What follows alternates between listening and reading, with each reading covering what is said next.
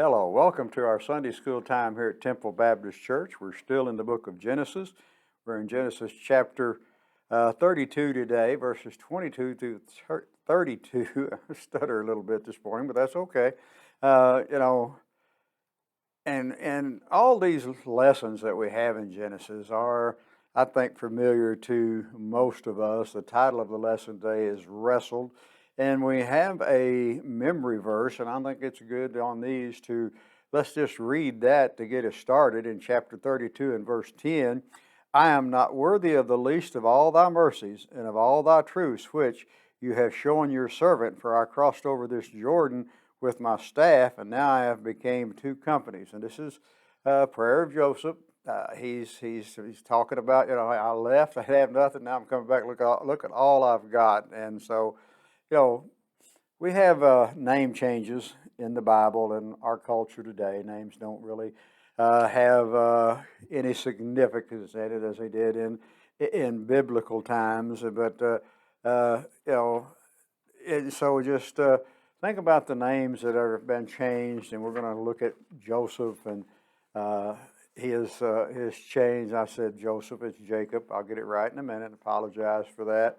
Y'all trying to look up another Sunday school lesson, you'll be all right. And but life a lot today is maybe just routine, isn't it? But some moments change our life forever. There's some life-changing events, and maybe the day you started your first job was a life-changing event. The day I retired was certainly a life-changing event. I like that.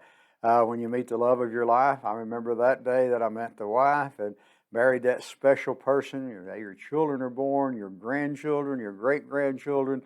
They're all life-changing moments. They're that. And but I think more important is that when we encounter God and their lives are changed. What did Paul say? We are a new creature. Old things are passed away. Behold, all things have become new. And so just looking a little bit at our context here today and getting us to understand where we're at.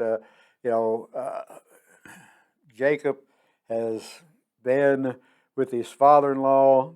He's had to do some extra work to get the wife that he wanted. He didn't get the one he wanted first, and then he has to do some more work to do that.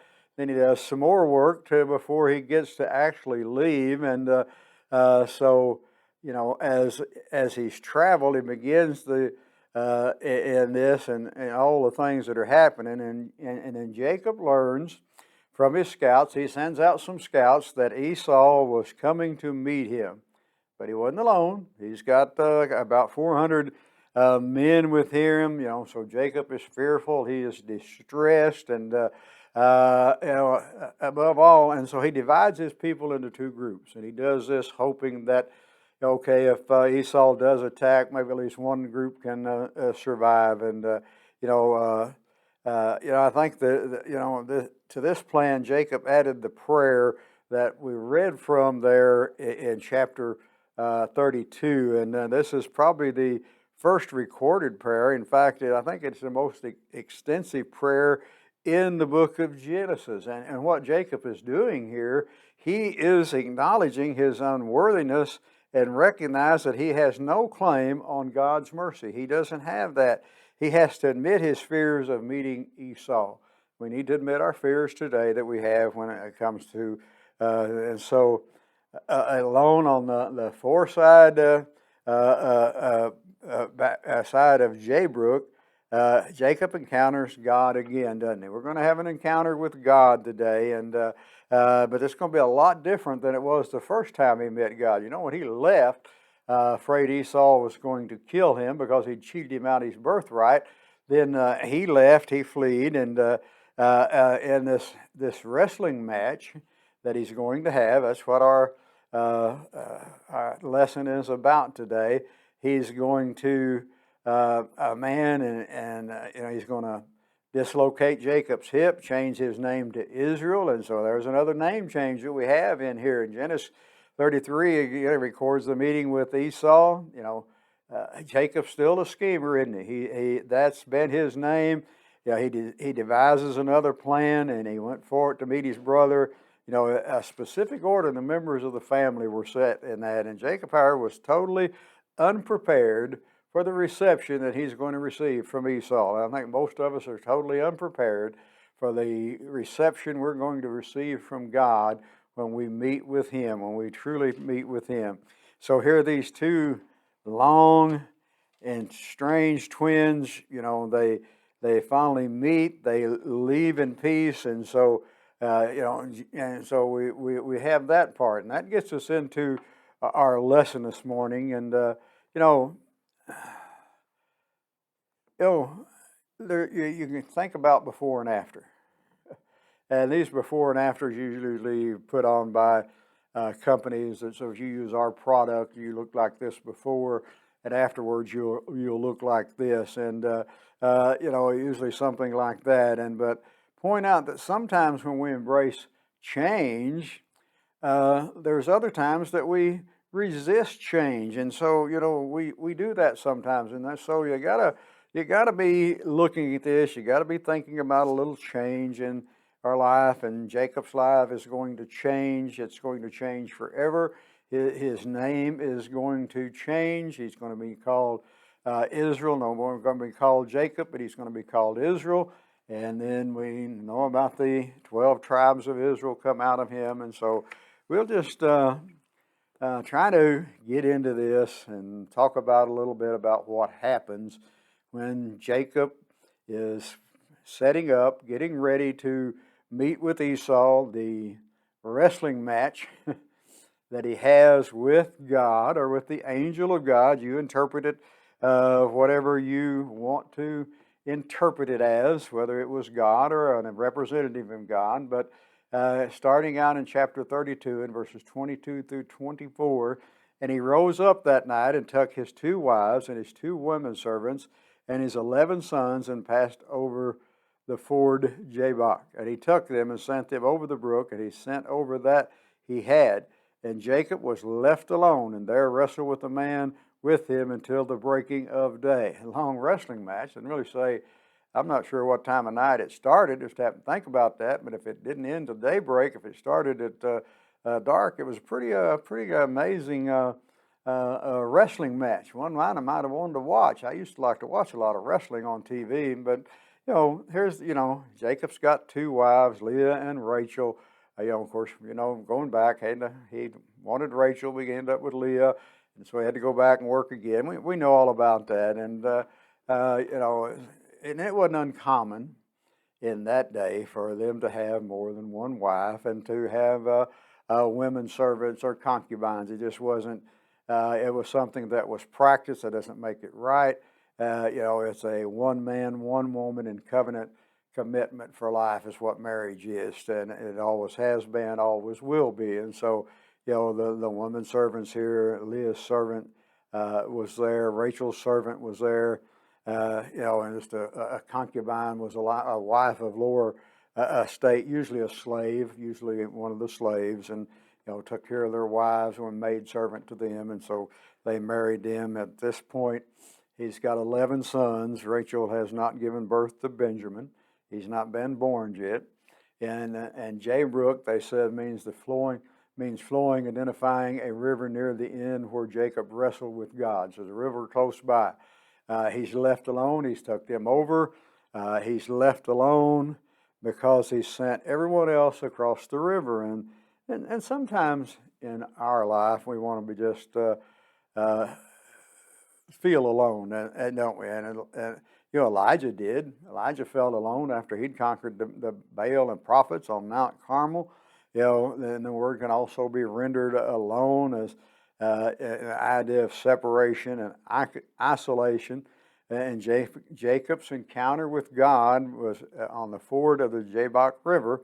Reminds us that a time will come in each of our lives when we must face Him alone. You know, we're going to face God face to face, us alone. We're not going to rely on anybody else. We cannot lean on everyone else's faith. We have to have our own faith. We have to be step up and say, yes, I have faith in God. I believe in God.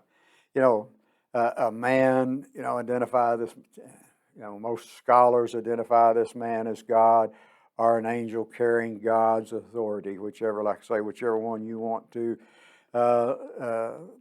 use there, you're welcome to it. They say the Hebrew word translated wrestled provides a wordplay on the brook of the Jabbok River, and the patriarch Jacob. The name Jacob means cheater and deceiver, conveys the selfic nature that exhibit prior to his transformation at the Jabbok. He's really sticking to his name, but and I didn't really, until I got into this lesson, I didn't really think of Jacob as a very physical strength in his ability to do things like this wrestle, this physical strength. He's in a wrestling match, and I kind of thought about him as a physical weakness when we go back and look at how he come up as a young man and all of that, and so we just want to think about that. And sometime or other, we're going to be alone with God. It's just going to be us and God.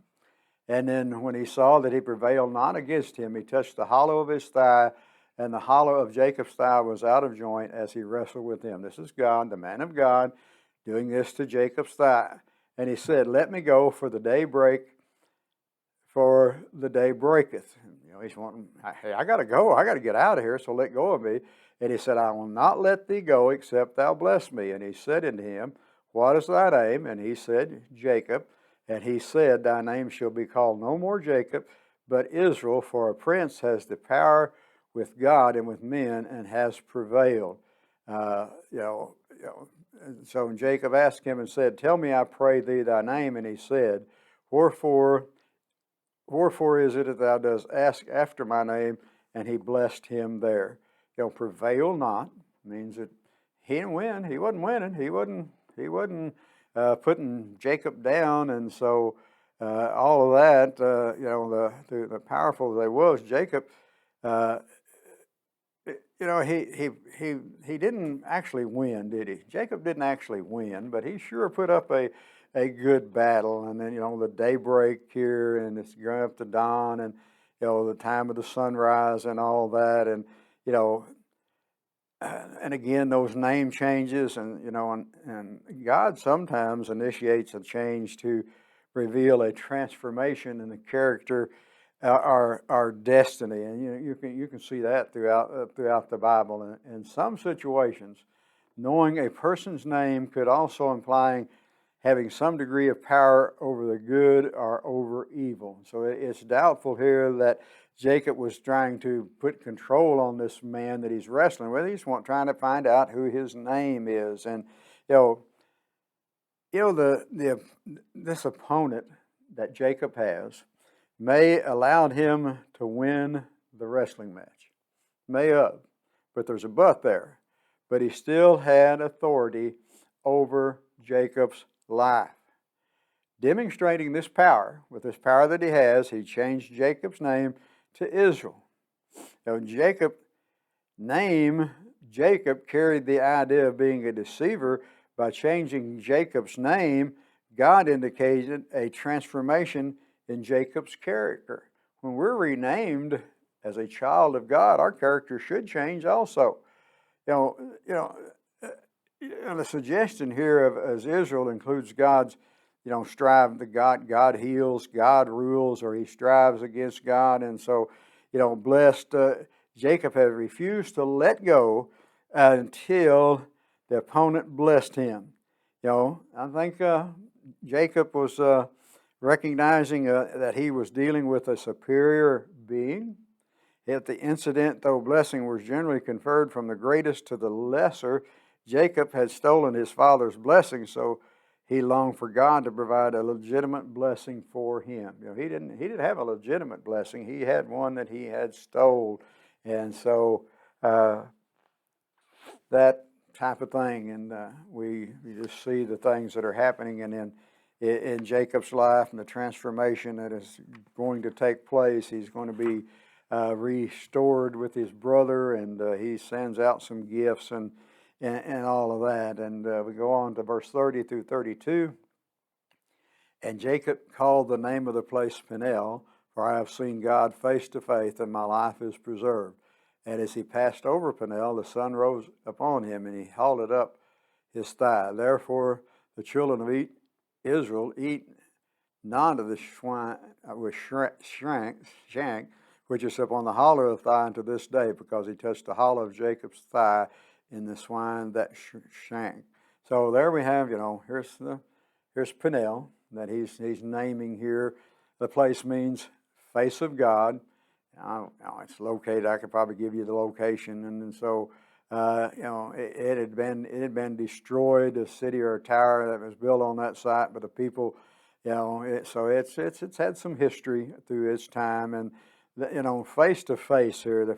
I think that phrase indicates Jacob experienced a physical appearance or a manifestation of God. Now, you do whatever you want to do it.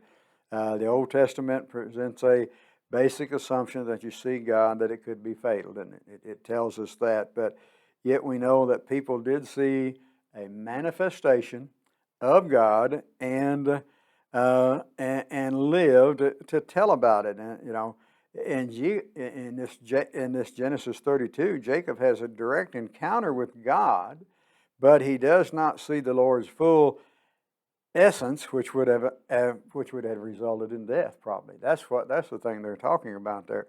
Genesis 32 here reveals of a person who remains alive after seeing God. He was overwhelmed and honored with gratitude. Such an individual as that realizes that sinful human beings cannot survive seeing God face to face. We can't do that in God's presence without His grace, our mercy, our intervention. It has to be there. Jacob survived that foreshadows his face-to-face encounter with Esau. He's fixing to have a face-to-face encounter with Esau, his brother. Halted there, although the match resulted in Jacob's victory, I guess you could say, but the victory came with a very painful injury that would always remind him that he prevailed with God by yielding to Him. That's how you win. That's how you win with God. You yield to Him. No longer a deceiver. Jacob is now a new person, beginning a new spiritual walk as Israel. His new name is Israel, and one who prevails with God. We start that new walk. With that new walk, we're a new creature. The children of Israel, through Jacob or Israel, the 12 tribes are going to be born, and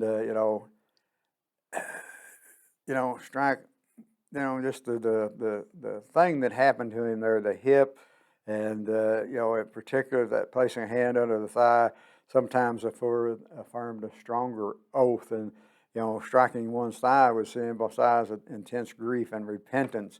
And, but when the divine opponent struck Jacob's thigh, he was not only demonstrating his superiority, but he also indicated that at the very basis of Jacob's life had been changed. He was changed. Have you been changed? That's the thing that we need to talk about a little bit this morning. Are you wrestling with God and you think you're going to win? Then, I'm going to get saved when I want to, when I'm ready. I've got plenty of time. I know just all kinds of things that come to mind this morning, but don't wrestle with God. You're not going to win. We invite you to come and be a part of our services here at Temple. We have our Sunday school classes that begin at 9. Before that, we have an 8 o'clock service. After that, we have 10 o'clock service on Sunday morning. Then we have a 6 o'clock service on Sunday night and 7 on Wednesday. May God bless you is our prayer.